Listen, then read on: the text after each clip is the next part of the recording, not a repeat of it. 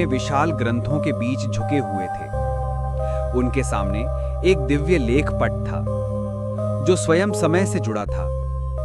उस पर आत्माओं का लेखा आता था, बीते जीवनों की घटनाएं, बोले गए शब्द, तकिए के नीचे छुपाए गए विचार, सब। उनकी दृष्टि एक नाम पर अटक गई, वीर्यमित्र, उज्जैनी। उन्होंने ग्रंथ खोला।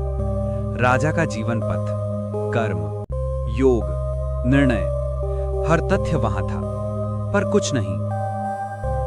मृत्यु, उन्होंने फुसफुसाया।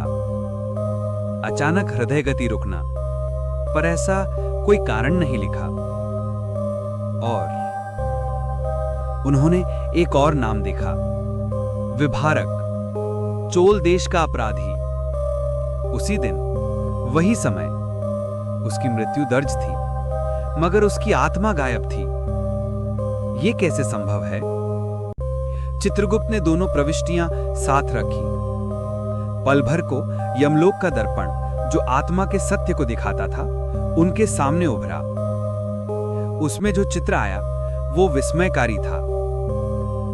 विभारक की आत्मा एक धुएंधार रास्ते से भटक गई थी और अचानक किसी अन्य जीवन रेखा में समा गई।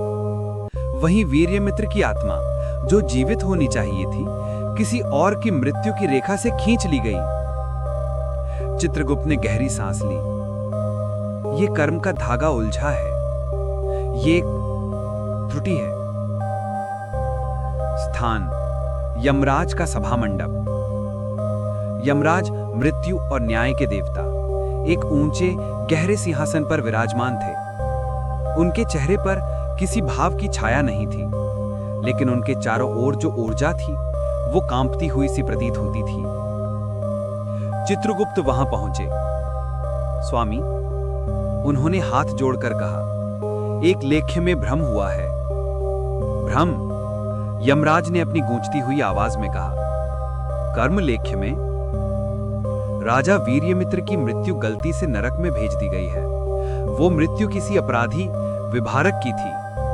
मृत्युदूतों ने दूत केवल आदेश का पालन करते हैं चित्रगुप्त। दोष किसका है? मेरा नहीं, चित्रगुप्त ने साहस से कहा। यह समय रेखा में आई खामी है। दो कर्मपथ एक ही पल पर टकरा गए और निर्णय बिना पुष्टि के हो गया। तो आत्मा आ चुकी है, उसे नरक में जलाया जा रहा है, लेकिन वह निर्दोष है।